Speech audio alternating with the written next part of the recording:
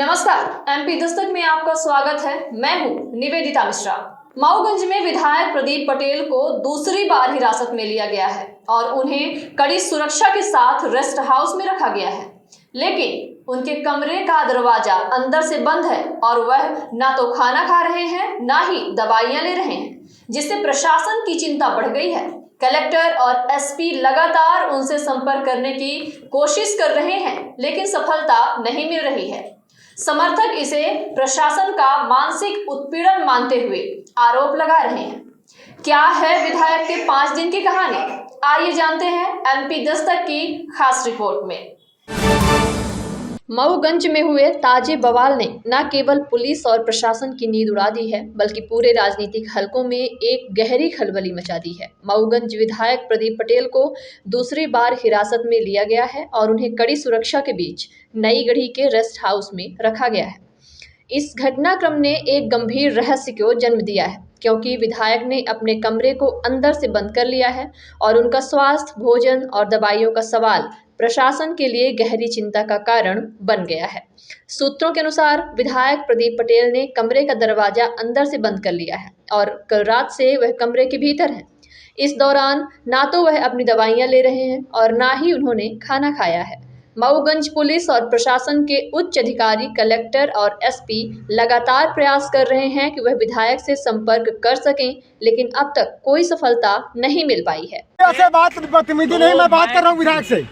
हाँ जी, रुक जाइए आप। सर बात करने दीजिए विधायक को, विधायक को बात करने दीजिए सर। मैं निवेदन कर रहा हूँ आपसे, मीडिया से निवेदन कर रहा हूँ। बताइए सर, आपको किस लिए गिरफ्तार किया गया? क्या मामला है? पूरा मामला वही अतिक्रमण हटाने वाला था जी, और प्रशासन ने जो अतिक्रमण 3 महीने पहले आश्वासन दिया था हटाने का, वो नहीं हटाए। उनकी गलती है। उस गलती को जो उन्होंने गलती किया उसके लिए हिंदू समाज ने पत्र लिखा जी, धरने में बैठे, उसके बाद भी वो कार्रवाई नहीं किए, आमरण अनशन में बैठे, उसके बाद भी नहीं किए। और इसलिए अब ये मुझे अभी अज्ञातवास में पहले रीवा में रखे थे, अब अभी मैं आया हूँ फिर से अतिक्रमण हटाने के लिए, तो मुझे फिर से गिरफ्तार करके पता चला कि आपको रिहा कर दिया गया है जमानत में। फिर आपको कैसे गिरफ्तार किया गया? मैंने बोला था कि मेरे को छोड़ोगे तो मैं आऊंगा कहाँ अतिक्रमण हटाने के लिए। मैं फिर आया हूँ, अपने वादे पर मैं वापस आया हूँ और वहाँ पे धारा 163 लगे होने के कारण मुझे फिर से गिरफ्तार किया गया है। अब दरवाजा बंद होने के कारण विधायक की स्थिति पर कड़ी निगरानी रखने के बावजूद प्रशासन असमंजस में है। जानकारी के अनुसार विधायक के सुरक्षा गार्ड को भी उनके पास से हटा लिया गया है, जिससे यह सवाल और भी गहरा हो गया है कि क्या प्रशासन ने जानबूझकर विधायक को मानसिक दबाव में डालने के लिए यह कदम उठाया। उनके समर्थकों का कहना है कि विधायक किसी से बात नहीं कर रहे हैं और उनके स्वास्थ्य को लेकर गंभीर चिंताएं पैदा हो गई हैं। विधायक के समर्थकों ने प्रशासन पर तीखे आरोप लगाए हैं। समर्थकों ने कहा, हमारा नेता कमरे में बंद है, दवाइयां और खाना छोड़ चुके हैं और अब उसकी स्थिति पर कोई ध्यान नहीं दिया जा रहा। हम इसे प्रशासन की ओर से मानसिक उत्पीड़न मानते हैं, प्रशासन को जिम्मेदार ठहराते हैं और हम इस अन्याय के खिलाफ खड़े होंगे। गिरफ्तारी आपकी क्यों हुई? ये तो जो गिरफ्तार किए हैं वही बता सकते हैं कि क्या क्यों गिरफ्तारी हुई है। इससे पहले जब आपको रखे थे वो मुकदमा कायम था कि ऐसे ही? अभी हमें कोई जानकारी नहीं। कल नई गढ़ी से लौर से फिर मऊगंज और मऊगंज से नई गढ़ी लाए हैं। आप क्या कह रहे हैं? अब ये ले आए हैं, देखते हैं क्या कहेंगे। हाँ, किसी से बातचीत हुई अधिकारियों से? क्या नहीं, किसी से कोई बात नहीं। हम तो जेल में थे, थाने में थे, तो हम क्या बात करें। 3 दिन वहाँ भी रखे थे आपको? पहले भी रखे थे, पहले का भी कोई जानकारी नहीं है। कोई कागजात, कोई कुछ नहीं अभी। क्या कहेंगे? बस यही कहना है कि सत्य की लड़ाई चलती रहेगी, अगस्त क्रांति की क्रांति चलती रहेगी। जहाँ भी अधर्म अन्याय होगा वहाँ लड़ते रहेंगे।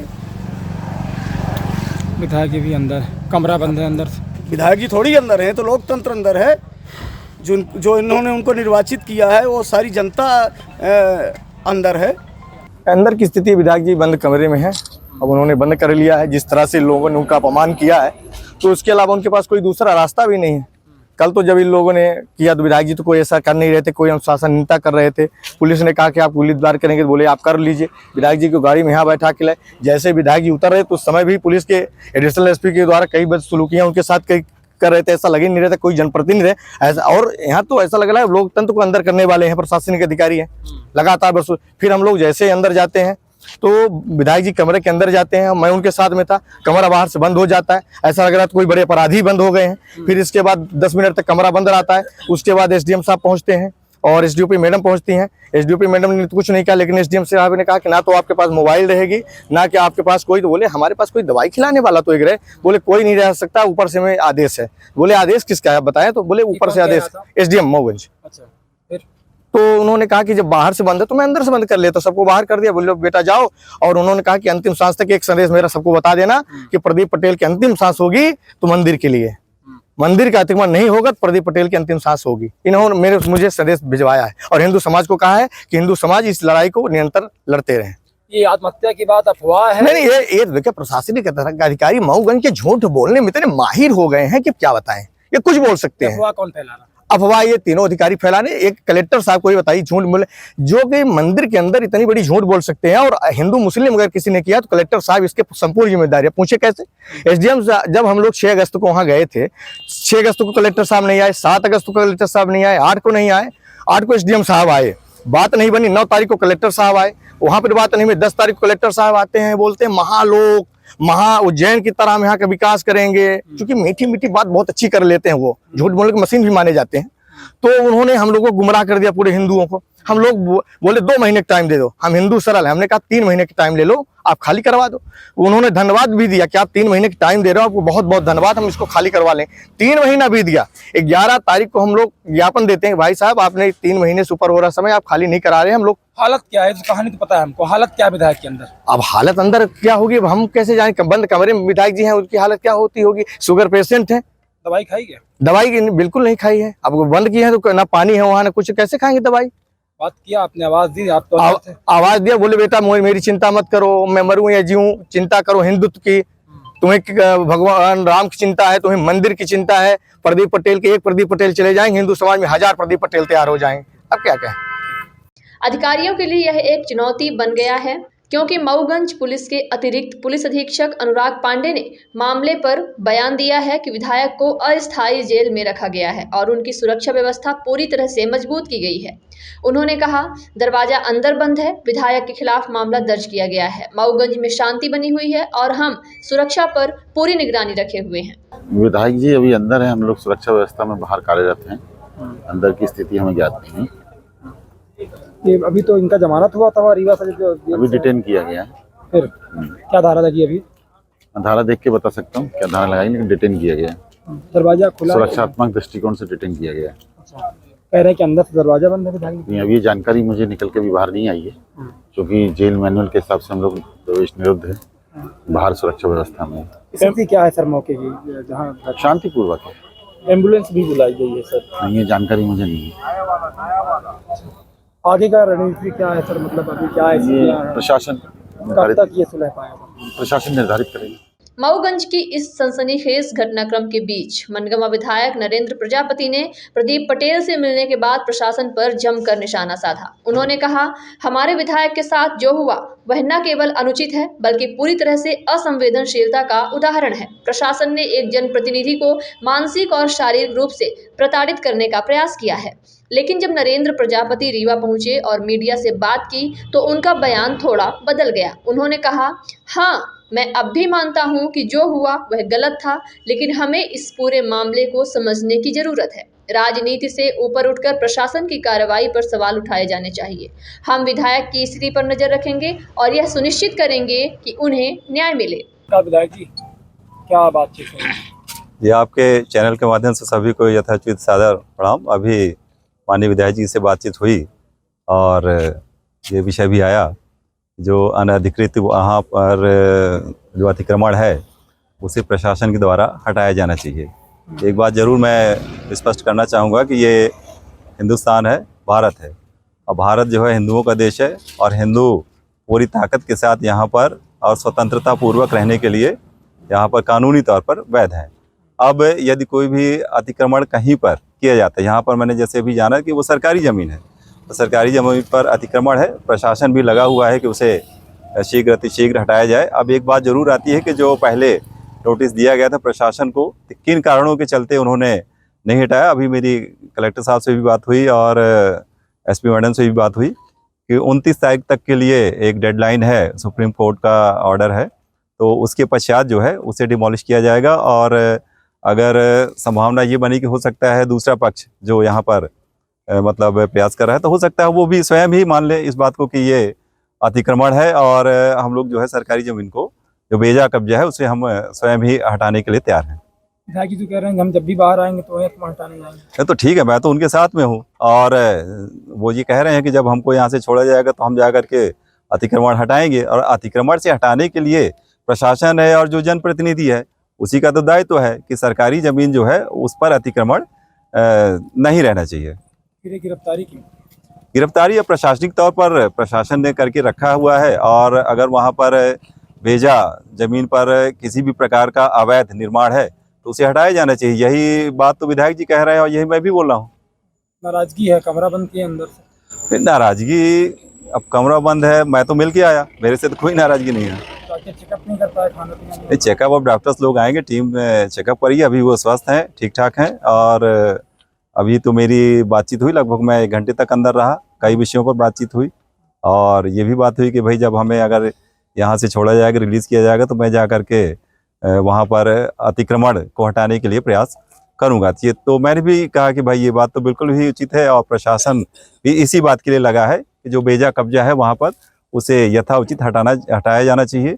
जो सुप्रीम कोर्ट की गाइडलाइन है उसको मानते हुए प्रशासन भी बाध्य है, तो प्रशासन भी ये इस बात को एक तीसरा रास्ता निकालने के प्रयास में है। हो सकता है कि शीघ्र ही इस प्रकरण का जो है खात्मा हो। प्रदीप पटेल जी ने कहा था जो अतिक्रमण 4 महीने पहले हट जाना चाहिए, अभी तक नहीं हटा। हाँ, ये मैं बोल रहा हूँ ना कि जो प्रशासन ने गाइडलाइन दी, 2-3 अभी मैंने ऑर्डर्स भी देखे, ब्रिजेश भैया यहाँ पर हैं, कि ऑर्डर्स से न्यायालय के ऑर्डर हैं, उसका भी क्यों पालन नहीं किया प्रशासन ने, ये एक जरूर जांच का विषय है। और इसी के चलते वो क्रुद्ध होकर के स्वयं उस अतिक्रमण को हटाना चाहते हैं कि प्रशासन को जब ऑर्डर आया न्यायालय का तो क्यों नहीं हटाया गया।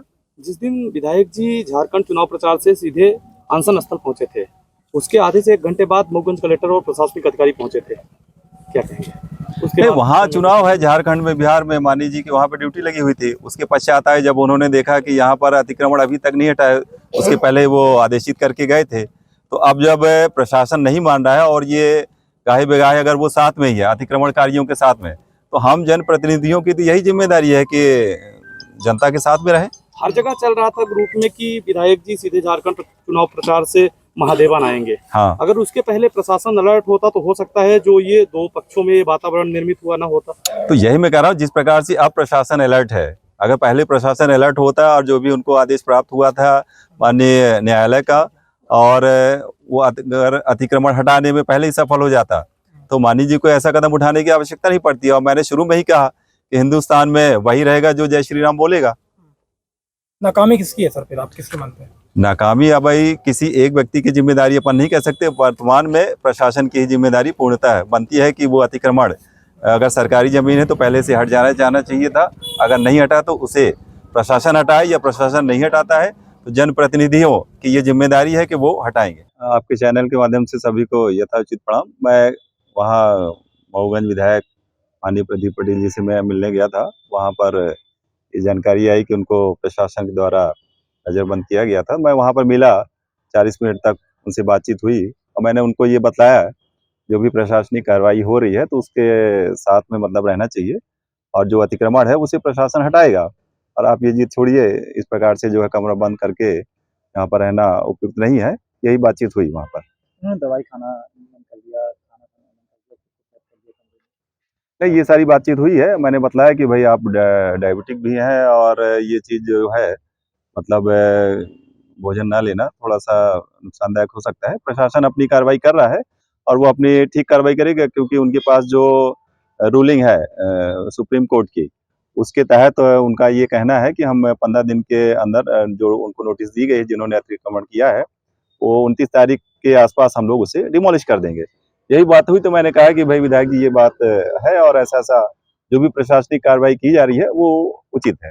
अतिक्रमण का साल हो गए वहाँ पे रहते हुए और अब अतिक्रमण की बात कर रहे हैं, तो किस तरह की मतलब लगा रहे? नहीं, वहाँ पर क्या है कि सरकारी जमीन है, बातचीत हुई वहाँ पर, और सरकारी जमीन में क्या है कि कुछ पक्षों ने वहाँ पर घर बना के रखे हैं और मैंने कलेक्टर से भी बात की तो उन्होंने कहा कि मैं अलग से अतिरिक्त जमीन उनको जो है उपलब्ध कराने की बात कर रहा हूँ, और उन्हें अगर उपलब्ध हो जाता है तो वहां से अतिक्रमण हट जाएगा।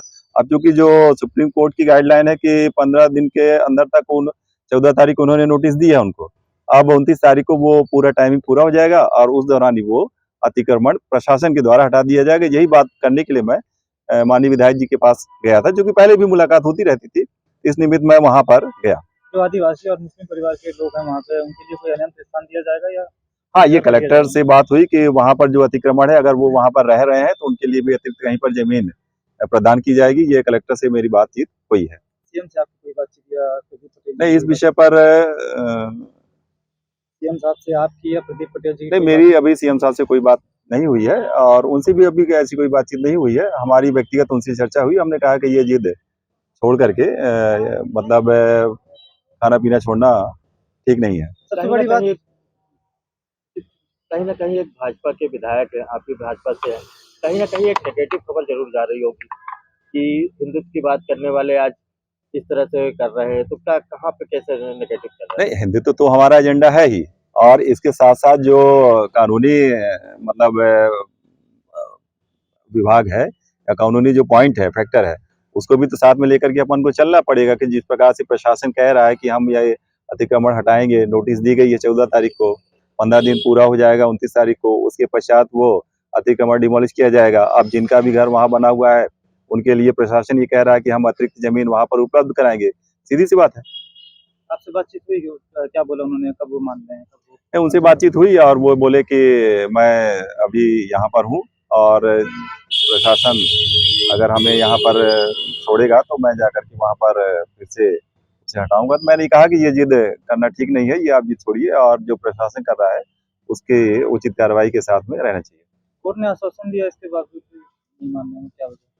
अब कोर्ट का जो रूलिंग है, गाइडलाइन है, कलेक्टर साहब से मेरी बातचीत हुई तो उन्होंने कहा कि भाई उसके अकॉर्डिंग ही हम करेंगे। मैंने भी ये बात कही कि भाई कोर्ट का आदेश का पालन तो करना पड़ेगा।